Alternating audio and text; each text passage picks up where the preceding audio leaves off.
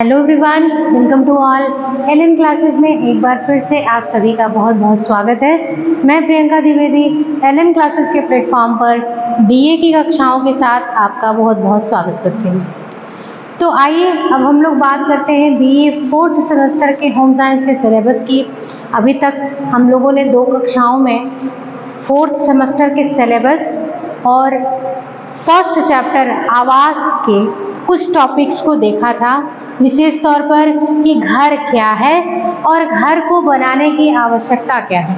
इस पर तो हम लोगों ने अभी तक बात कर ली थी। अब हम उसी श्रेणी में आगे बढ़ेंगे और देखेंगे कि हमें जो घर के संबंध में बातें करनी है उसमें सबसे पहले क्या जानना है। तो देखिए, जब बात आवास की हम करते हैं तो हमारी आवश्यकताएं और व्यवस्था की उपलब्धता के आधार पर आवास को 2 भागों में बांट करके हम देखते हैं। एक होता है मकान और दूसरा होता है घर। इन्हीं 2 शब्दों का प्रयोग हम अपने निवास स्थान के लिए करते हैं, जहाँ पर हमारा जन्म होता है, हम विकसित होते हैं, बड़े होते हैं, अपने जीवन के विभिन्न चरणों को पार करते हुए, अपने जीवन के उद्देश्यों की पूर्ति करते हुए संपूर्ण जीवन में आगे बढ़ करके अपने जीवन को पूरा करते हैं। वह स्थान ही हमारा घर है।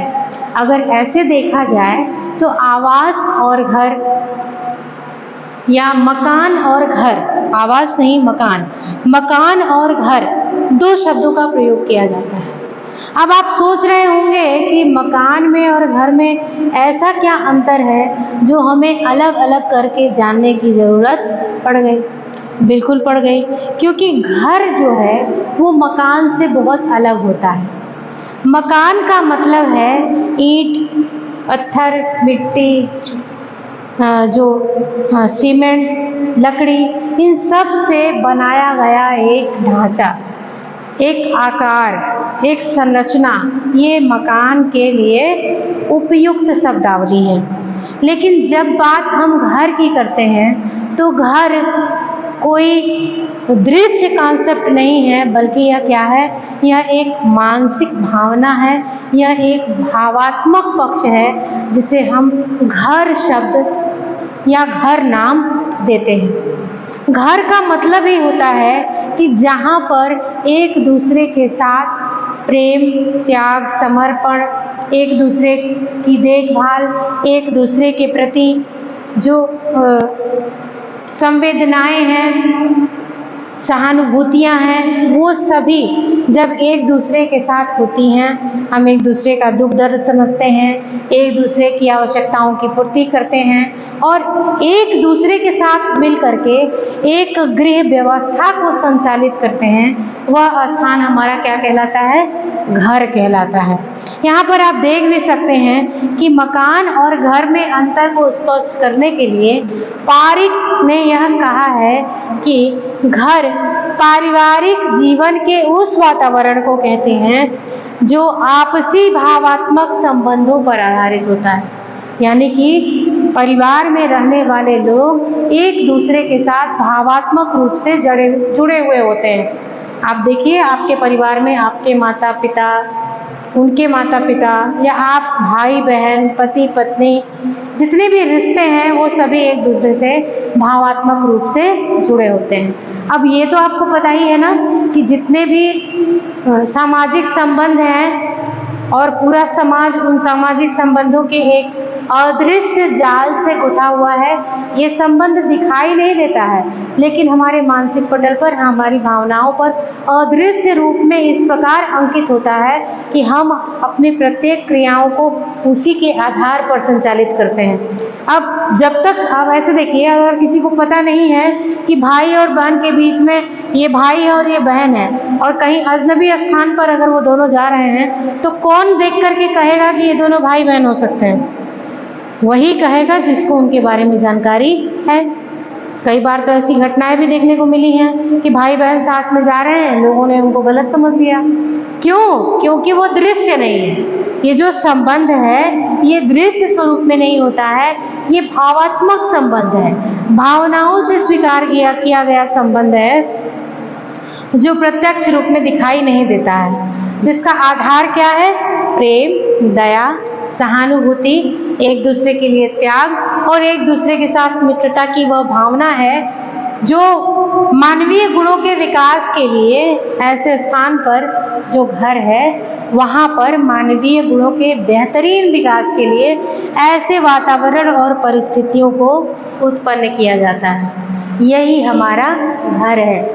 आप जिस स्थान पर रह रहे हैं, जिस घर में रह रहे हैं, वहाँ पर आपके जीवन के विकास के लिए जो भी आवश्यक चीज़ें हैं उन सभी की व्यवस्था करना, उन सभी के बारे में सोचना, उस पर अच्छा प्रबंधन कर पाना, ये आपके पारिवारिक सदस्यों की जिम्मेदारी है।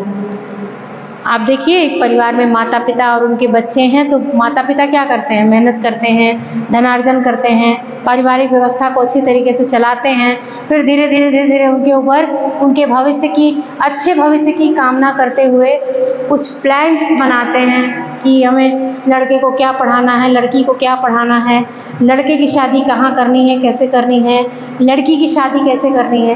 भाई ये सामाजिक प्रक्रियाएं हैं, इनको सभी लोगों को निभाना ही पड़ता है। तो लोग इन चीज़ों के बारे में सोचते हैं और उसमें अपना बेहतरीन योगदान देने का काम करते हैं। लेकिन इसके बीच में जो परिवार है, जो उसकी दैनिक दिनचर्या है, उसमें क्या होता है? उसमें हम देखते हैं कि माता पिता अपने बच्चों के बेहतरीन विकास के लिए एक अच्छे वातावरण को निर्मित करते हैं, एक ऐसी परिस्थिति क्रिएट करते हैं जहाँ पर बच्चे का सर्वांगीण विकास हो सके और वो अपने जीवन जीने की कला को बेहतर तरीके से सीख सके। तो ये है हमारा घर, जैसा कि पारीख साहब ने परिभाषित भी कर दिया है। अब घर और मकान में अंतर समझ में आ गया, घर क्या होता है वो समझ में आ गया। लेकिन ये घर हमारे समाज में कितने प्रकार के होते हैं? हमारे घर को अगर देखा जाए तो दो प्रकार से कैटेगराइज किया गया है। एक होता है हमारा स्वनिर्मित घर और दूसरा होता है किराए पर प्राप्त घर। अब पहले बात हम किराए पर प्राप्त घर की कर लेते हैं, क्योंकि आज के समय की आवश्यकता को देखते हुए लोग एक स्थान से दूसरे स्थान पर धनार्जन के लिए, जॉब के लिए और भी बहुत सारे उद्देश्यों के लिए एक स्थान से दूसरे स्थान तक जाते रहते हैं। तो ऐसे में क्या होता है कि लोग जो हैं वो अपनी आवश्यकता की पूर्ति के हिसाब से स्थान का चयन कर लेते हैं। कभी कभी जब दूसरे शहरों में जाते हैं, दूसरे देशों में जाते हैं, तो वहाँ जाकर के अपनी आर्थिक स्थिति के अनुरूप घर का चयन कर लेते हैं। जब हम किसी दूसरे व्यक्ति के द्वारा बनाए गए घर को अपनी आवश्यकता के अनुसार उसका किराया दे करके और उसमें रहना प्रारंभ करते हैं तो वो हमारा किराए का घर होता है। आजकल इसका प्रचलन अधिक है, क्योंकि हर स्थान पर घर बना लेना आसान नहीं है और काम के सिलसिले में लोगों को इधर उधर जाना आना ही पड़ता है। तो मैक्सिमम लोग क्या करते हैं, वो किराए पर घर लेकर के अपनी आवश्यकताओं की पूर्ति करते हैं। और दूसरा प्रकार है स्वनिर्मित घर, यानी कि स्वयं अपने द्वारा बनाया गया घर। इन दोनों की कुछ विशेषताएं हैं, दोनों की कुछ अच्छाइयाँ हैं तो दोनों में कुछ बुराइयाँ भी हैं। अब जैसे देखिए, जो हमारा किराए का घर है इसकी कुछ अच्छाइयाँ हैं तो इसकी कुछ बुराइयाँ भी हैं। अब जैसे अच्छाइयों को अगर हम देखें तो हमारी जब इच्छा है तब हम एक स्थान से दूसरे स्थान पर आ जा सकते हैं, उस स्थान को छोड़ सकते हैं, दूसरी जगह किराए का घर ले सकते हैं। जैसी हमारी सुविधा है, जैसी हमारी आवश्यकता है, उसके अनुरूप हम उस घर में परिवर्तन, उस स्थान का परिवर्तन कर सकते हैं।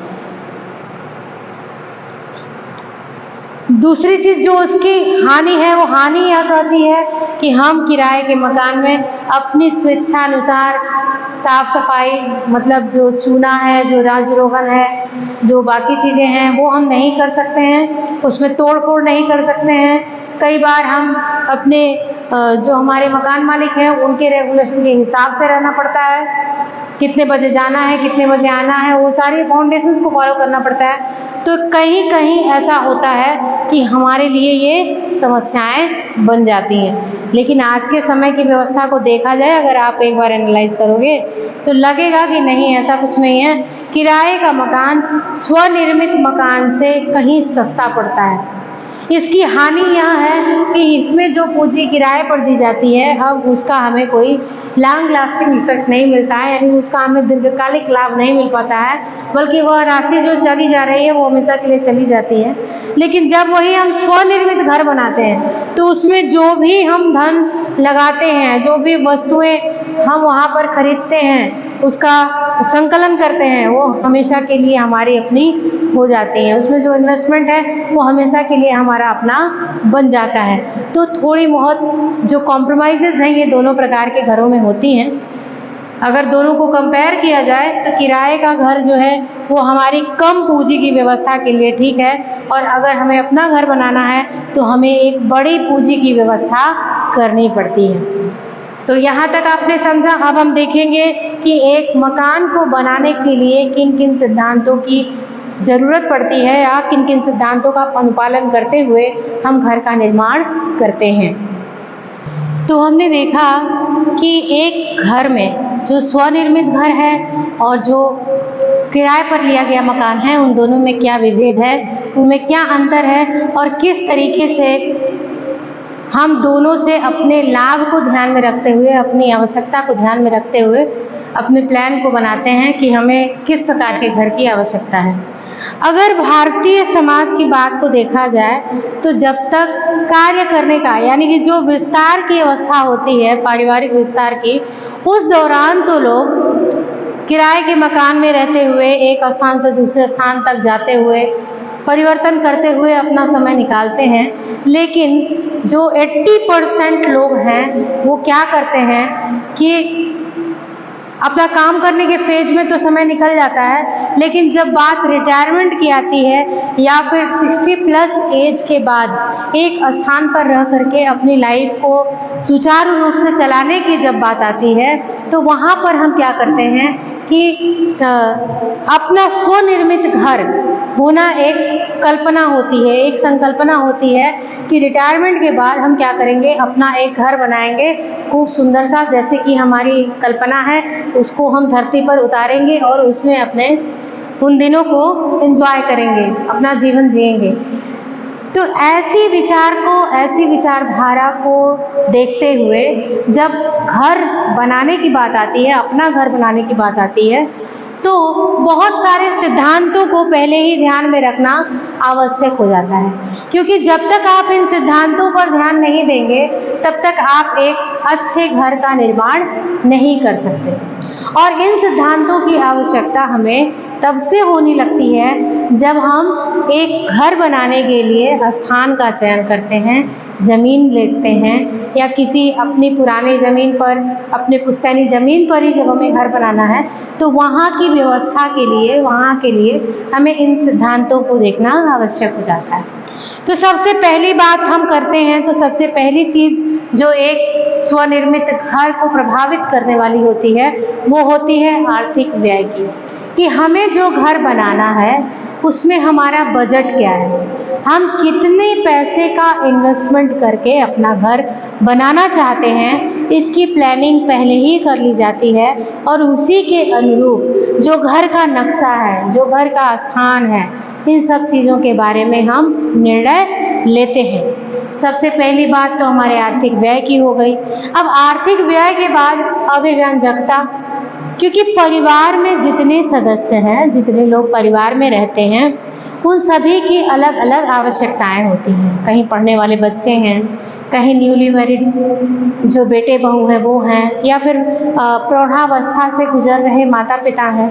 तो ऐसे में सबकी आवश्यकताएं अलग अलग हो जाती हैं। तो सबकी आवश्यकताओं का ध्यान रखते हुए जब हम घर का निर्माण करते हैं तो हमें उनकी आवश्यकता के हिसाब से जो नक्शे में प्रस्तुतिकरण है उसको विशेष ध्यान देना चाहिए। जैसे मान लीजिए कि एक घर में एक जो नया स्वनिर्मित घर है उसको हम बना रहे हैं और उसमें हमने मॉडर्नाइजेशन के हिसाब से किचन की तरफ बिल्कुल ध्यान ही नहीं दिया। किचन की बात मैंने सबसे पहले क्योंकि एक घर की जो रानी होती है, या एक जो आप कह सकते हैं कि घर का जो दिल होता है वो रसोई होती है, किचन होता है। घर के सभी सदस्यों की प्रसन्नता, खुशी, उनका स्वास्थ्य सब कुछ उस रसोई से होकर ही गुजरता है। इसीलिए सबसे पहले हम बात रसोई की कर लें।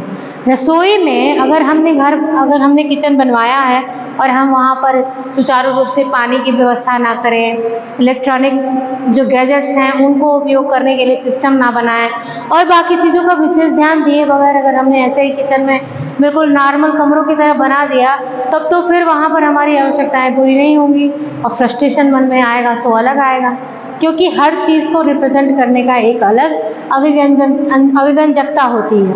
किचन का अलग हो गया, बाथरूम की व्यवस्था अलग है, कमरों का सौंदर्यीकरण जो होता है कि हम खिड़की कैसी लगाएंगे, फ्रेंच लगाएंगे, इटालियन लगाएंगे, इंडियन लगाएंगे, जो भी हमारी कल्पना है उस हिसाब से जब हम अपने कमरों को बनाते हैं तो वहाँ पर सबकी आवश्यकता के अनुरूप उनकी जो अभिव्यंजकता है उसको ध्यान में रखते हैं। अभिव्यंजकता को इंग्लिश में एक्सप्रेसिवनेस कहते हैं, यानी कि सभी की भावनाओं को एक्सप्रेस करने की जो कैपेसिटी है वो घर की संरचना में होनी चाहिए। अगला पॉइंट है कार्य। अब कार्य का क्या आशय हो गया? कार्य का यहाँ पर आशय यह है कि हम जैसे भी अपने घर का नक्शा बनवाते हैं तो सारे कार्यों को एक दूसरे के साथ संबद्ध करते हुए ही हमें नक्शा बनवाना चाहिए। अब जैसे किचन से लगे हुए स्टोर रूम का होना, स्टोर रूम से ही लगे हुए भोजन कक्ष का होना, भोजन कक्ष से ही लगे हुए बैठक का होना, ये अनिवार्य है, क्योंकि बैठक में कभी भी कोई गेस्ट आएगा तो वो केवल बगल के बैठक तक ही आएगा और बगल के भोजन कक्ष तक ही आएगा, डाइनिंग हॉल तक आएगा और खाने के बाद फिर वो वहाँ से जा सकता है। या फिर हमें किचन के बगल में ही अगर हमारा स्टोर रूम है तो वहाँ से हमें चीज़ों को लेना आसान हो जाता है। तो ऐसी व्यवस्था को बनाना ज़रूरी होता है। आजकल तो सारे कमरों में अटैच बाथरूम्स और अटैच जो उनका ड्रेसिंग एरिया है वो भी सब चीज़ें बनाई जा रही हैं ताकि लोग अपने कमरे से ही पूरी तरीके से तैयार होकर के बाहर आएँ। तो ऐसे देखा जाए तो जब कमरों का निर्माण किया जाता है, घर का निर्माण किया जाता है, तो हम कमरों को एक दूसरे के साथ कार्य के अनुरूप, मतलब एक कमरे से संबंधित जितने भी कार्य हैं, किचन से संबंधित अलग बात हो गई। अब जैसे लाइब्रेरी एरिया हो गया, स्टडी रूम जिसे हम कहते हैं, उसको हम कहाँ बनाएंगे? शयन कक्ष के बगल में बनाएंगे। अब ऐसा तो नहीं हो सकता कि बैठक के बगल में हम क्या कर रहे हैं, कुछ ऐसा बना दें जहाँ पर शोर शराबा हो रहा हो, जहाँ पर बच्चे खेलने वाले हों, जहाँ पर ऐसी व्यवस्था है, तो वहाँ को हम हर बात को, हर काम को एक दूसरे के साथ कनेक्ट करते हुए अपनी आवश्यकता के हिसाब से हम घर के ब्लूप्रिंट का निर्माण करते हैं। बाह्य स्वरूप, घर बनवाने से पहले ये सोच लेना जरूरी है कि हमारा घर बाहर से कैसा दिखने वाला है। अंदर की खूबसूरती तो हमारी सुविधा के अनुरूप हो गई, लेकिन बाहर से देखने में कैसा होगा? भव्य होगा, सामान्य होगा, निम्न होगा, जैसा हमारा आर्थिक बजट है उस हिसाब से हमें कैसे बनाना है ये भी हमें पहले ही सोच लेना चाहिए। अब ऐसा भी नहीं करना चाहिए कि घर के बाहर को दिखाने के लिए हमने पूरा पैसा इन्वेस्ट कर दिया कि बाहर से इतना भव्य दिख रहा है और अंदर हमने देखा तो अंदर किसी प्रकार की कोई व्यवस्था ही नहीं है। तो ऐसा भी मिसमैच नहीं होना चाहिए। व्यवसाय को ध्यान में रखते हुए, जैसे कि किसी भी व्यक्ति का जो व्यवसाय होता है, कई बार उसे अपने व्यावसायिक क्रियाकलापों को घर तक भी जोड़ के रखना पड़ता है, जैसे वकील, जैसे शिक्षक, जैसे डॉक्टर्स, इनको अपने घर पर भी अपने व्यवसाय से संबंधित एक कक्ष की व्यवस्था हर हाल में करनी ही पड़ती है, क्योंकि बहुत सारे लोग उनके व्यवसाय से संबंधित उनसे मिलने उनके घर आते हैं। तो ऐसी परिस्थिति में उनके लिए आवश्यक हो जाता है कि उनका घर पर भी एक ऑफिस हो। एकांतता, घर को बनाते समय हमें एकांतता का भी ध्यान रखना चाहिए। एकांतता का मतलब ये है कि ऐसी कौन सी क्रिया है जिसमें हमें एकांत स्थान की आवश्यकता होती है, या तो शयन के लिए या तो पढ़ने के लिए। तो पढ़ने के लिए और सोने के लिए हमें कमरों का जो सेटलमेंट है वो ऐसे करना चाहिए जो किचन एरिया से, डाइनिंग एरिया से, बाहर के हॉल से थोड़ी दूर हो, ताकि वहाँ पर जो गतिविधियाँ हो रही हैं उनसे सोना और पढ़ना प्रभावित न हो। पारिवारिक सदस्यों की संख्या भी एक घर के निर्माण में महत्वपूर्ण भूमिका निभाती है, क्योंकि अगर घर में सदस्यों की संख्या अधिक है और कमरों की संख्या कम होगी तो वहाँ पर भी जो एडजस्टमेंट है, जो समायोजन है, वो बेहतरीन तरीके से नहीं हो पाएगा। इसलिए ज़रूरी है कि घर के सदस्यों के अनुरूप ही घर में कमरे बनाए जाएं। अगर परिवार संयुक्त है तो अधिक कमरों की आवश्यकता है। परिवार एकाकी है फिर भी कम से कम जितने लोग हैं उनके अनुरूप कमरों का व्यवस्थापन होना ही चाहिए। कमरों का पारस्परिक संबंध, इसका मतलब यह है, अभी मैंने जो आपको अभिव्यंजकता में बताया या जो कार्य में बात कही गई, लगभग वही बात इस पॉइंट में भी कही जा रही है कि जब हम अपने कार्य से, अपने प्रोफेशन से जोड़ करके देखते हैं तो हम पाते हैं कि हम कमरों की संबद्धता कुछ ऐसी रखें जहां पर हमें दूर दूर तक जाना ना हो। अब उदाहरण के लिए कि किचन एक कोने पर है, डाइनिंग हॉल दूसरे कोने पर है, गेस्ट हॉल तीसरे कोने पर है, तो ऐसी परिस्थिति में जो गृहिणी है उसको बहुत समस्या होगी। वो स्टोर में सामान लेना है तो उसको दौड़ के दूसरे कोने पे जाना होगा। कोई आ गया तो वो यहाँ से उठ करके दूसरे कोने तक, दूसरे डिस्टेंस तक जा रही है। भाई ये सारी चीज़ें तो डिस्टेंस तो ये इस बात पर निर्भर करती है कि आपने कितना खर्च किया है, आपने कितनी दूरी का, मतलब कितने मेजरमेंट का, कितने फिट, कितने जो भी है, जो एरिया है, एरिया आपने कितना ले रखा है। लेकिन फिर भी ये जो मिसमैच है ये उसके लिए दिक्कत करता है। तो ऐसे में जो हमारा काम है, जो हमारी कमरों की संबद्धता है, वो हमारी आवश्यकता के अनुरूप ही होनी चाहिए। लचीलापन का मतलब ये है कि कई बार हम अपनी आर्थिक स्थिति के अनुरूप अगर घर छोटा बना रहे हैं तो ऐसे में जो कमरे हैं, जैसे जो हमारा गेस्ट हॉल है उसको हम स्टडी रूम भी बना सकते हैं। उसको हम जो एक्स्ट्रा किसी के आ जाने पे जो अतिथि कक्षा है उसको भी अपने हम बैठका के साथ ही अटैच कर सकते हैं कि अतिथि रोज़ तो आते नहीं हैं। ऐसे में जो हमारा बैठक है वो हमारा लिविंग रूम बन जाए, यानी कि जैसे कि टीवी देखना हुआ, एक साथ बैठना हुआ, बातचीत करनी हुई, तो ऐसे स्थान के रूप में हम उस कमरे का प्रयोग कर सकते हैं। अब हम बात करते हैं लास्ट में आपके फर्नीचर व्यवस्था की। तो घर में जो फर्नीचर है वो हमारा ऐसा होना चाहिए जिस पर कम से कम लागत में हम अधिक से अधिक उपयोगी फर्नीचर का प्रयोग कर सकें और उसको हम इस प्रकार से खरीदें कि उसको हम उसमें लचीलापन हो। जैसे आजकल तो फैसिलिटी है ना कि आप सोफ़ा ऐसा खरीदिए जो रात में बेड बन सकता है, जो ज़रूरत पड़ने पर खींच करके आगे क्या हो जा रहा है, आ जाता है। घरों में ऐसे ही कबर्ड भी बन रहा है जिसमें अटैच क्या है, अटैच आपका बेड बन रहा है। तो ऐसे में आवश्यकता है, अगर आपको एक हॉल की आवश्यकता है तो आपने बेड को उठा करके बंद कर दिया और आपका रूम बिल्कुल खुला हॉल हो गया। कबर्ड जो बनने की नई प्रणाली प्रारंभ हुई है, ऐसे में घर का सारा सामान कबर्ड में चला जाता है, रूम का सारा सामान जो हमारा ड्रेसिंग एरिया है उसमें शिफ्ट हो जाता है। तो हम उस रूम को अच्छी तरीके से लचीले स्वरूप में प्रयोग कर लेते हैं। ऐसे ही फर्नीचर्स की भी हमें ज़रूरत पड़ती है, ऐसे फर्नीचर्स ही हमें खरीदने चाहिए। इन टॉपिक्स के साथ आपका ये चैप्टर कंप्लीट हो गया है। नेक्स्ट चैप्टर के लिए नेक्स्ट वीडियो। अगर आपको वीडियोज़ अच्छी लग रही हैं तो please like, share and comment और अपने दोस्तों तक, अधिक से अधिक लोगों तक वीडियोज़ को शेयर कीजिए ताकि उनको भी इसका लाभ मिल सके। अगर आपको वीडियोज़ अच्छी लग रही हैं तो please like my channel. Thanks for watching.